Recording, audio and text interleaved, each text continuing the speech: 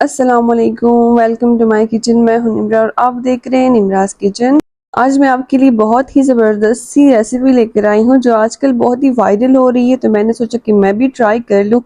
तो सच में ये बहुत ही ज़बरदस्त से बन जाते हैं, बस आप लोग ने रेसिपी को फॉलो करके ये बनाने तो आप भी बिल्कुल घर बैठे बिल्कुल बेकरी स्टाइल खस्ता केक रोल्स बना सकेंगे। चलिए इस आसान सी रेसिपी को स्टार्ट करते हैं।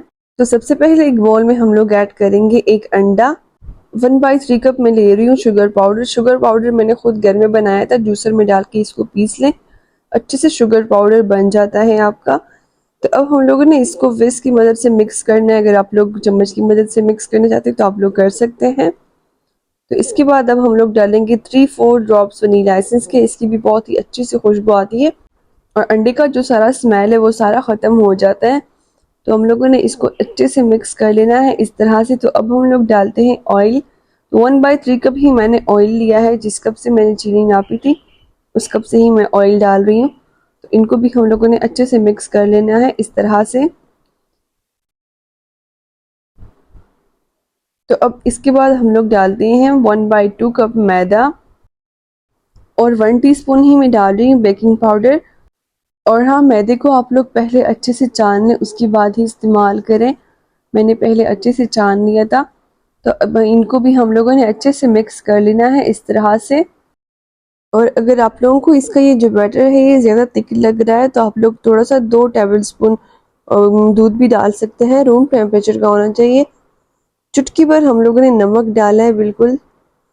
इसके बाद अब हम लोग डालते हैं 1/4 टीस्पून फूड कलर, यानी कि 3 ड्रॉप्स हम लोगों ने फूड कलर की डाले, येलो फूड कलर के। तो अब इनको भी हम लोगों ने अच्छे से मिक्स करना है। इस तरह का स्मूथ सा बैटर आप लोगों का तैयार होना चाहिए। तो इसके बाद अब हम लोग तैयार करते हैं मोल्ड को। अब हम लोग मोल्ड को अच्छे से ग्रीस कर लेते हैं ऑयल से। इसके बाद बटर पेपर रख दें। अगर आप लोगों के पास बटर पेपर ना हो तो आप लोग मैदा भी नीचे डस्ट कर सकते हैं मोल्ड में।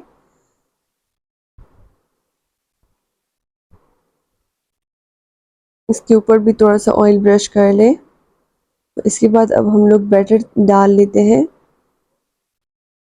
अच्छा, और मैंने पहले से ही कढ़ाई को प्रीहीट होने के लिए रख दिया था 5 मिनट पहले। 5-10 मिनट में ही कढ़ाई भी प्रीहीट हो जाएगी अच्छे से।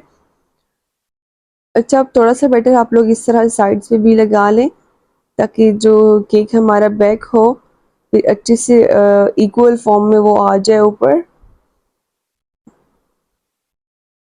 तो आप लोग देख सकते हैं। तो अब हम लोग रख लेते हैं प्रीहीटेड कढ़ाई में। तो आप लोगों ने आराम से ये काम करना है क्योंकि ये जो कढ़ाई होती है काफ़ी गर्म होती है। तो कोई भी स्टैंड, कोई भी इस तरह का बर्तन आप लोग नीचे रख सकते हैं। अगर आप लोगों के पास स्टैंड अवेलेबल ना हो तो आप लोग इस तरह का बर्तन रख लें। तो अब मैंने इसको 35 मिनट्स के लिए बेक कर लिया था। दरमियान में आप लोग चेक भी कर सकते हैं। तो अब मैं आपको ये चेक करके दिखाती हूँ। एक टूथपिक लें या चाकू लें, अंदर इस तरह से डाल लें। अगर ये साफ़ निकला तो मतलब है कि आपका केक जो है वो परफेक्ट से बेक हुआ है। तो हमारा केक बिल्कुल तैयार हो गया था। हम लोगों ने इसको 10-15 मिनट के लिए ठंडा कर लिया था। तो अब मैं इसको डिमोल्ड करके दिखाती हूँ। तो आप लोग देख सकते हैं बहुत ही अच्छे से डिमोल्ड हो गया था। तो अब ये जो बटर पेपर है हम लोग ये हटा लेते हैं।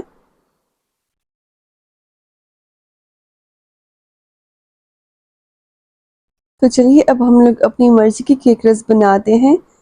अपनी मर्ज़ी का ही आप लोग साइज़ दे सकते हैं। आप लोगों ने छोटे बड़े आप लोग कर सकते हैं।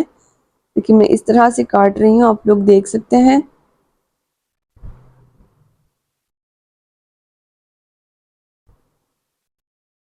केक भी हमारा माशाल्लाह से बहुत ही स्पॉन्जी सा बन गया था।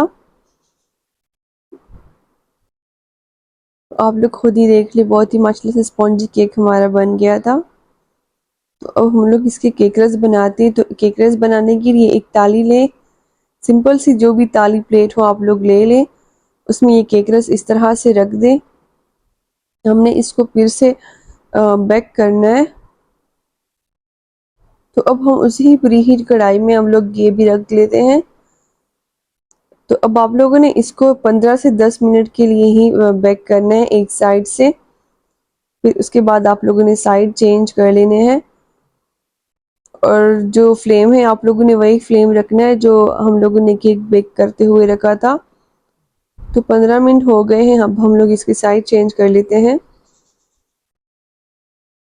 माशाल्लाह से बहुत ही ब्राउन, अच्छे से ब्राउन कलर आ गया है।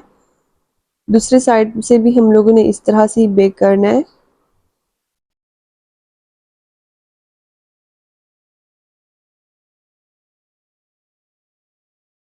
फिर से हम लोग कवर कर लेते हैं 10 मिनट के लिए। 10 मिनट के बाद अब हम लोग चेक कर लेते हैं, तो माशाल्लाह से बहुत ही अच्छे से ब्राउन कलर आ गया है हमारे केक रस का। मैं आपको दिखाती हूँ, आप लोग खुद ही देख ले, बहुत ही ज़बरदस्त सा कलर आ गया है। तो 10-15 मिनट के लिए हम लोगों ने इसको पहले ठंडा करना है। इस तरह का कोई स्टैंड ले, इसके ऊपर रख दे। इसके बाद अब मैं चेक कर लेती हूँ, तो ये माशाल्लाह से बहुत ही क्रिस्पी केक रस, हमारे बहुत ही खस्ता केक रस तैयार हो गए थे। तो ये थी हमारी केक रस की रेसिपी कैसी लगी आप लोगों को कमेंट में हमें ज़रूर से बता दिया करें। चैनल पर नए हैं तो निमराज किचन को ज़रूर से सब्सक्राइब कर ले इस तरह के क्विक एंड ईजी रेसिपीज़ के लिए। अब मैं चलती हूँ, मुझे दीजिए इजाज़त, अपना बहुत सारा ख्याल रखिए, दुआओं में हमें याद रखिए। थैंक्स फॉर वॉचिंग, अल्लाह हाफिज़।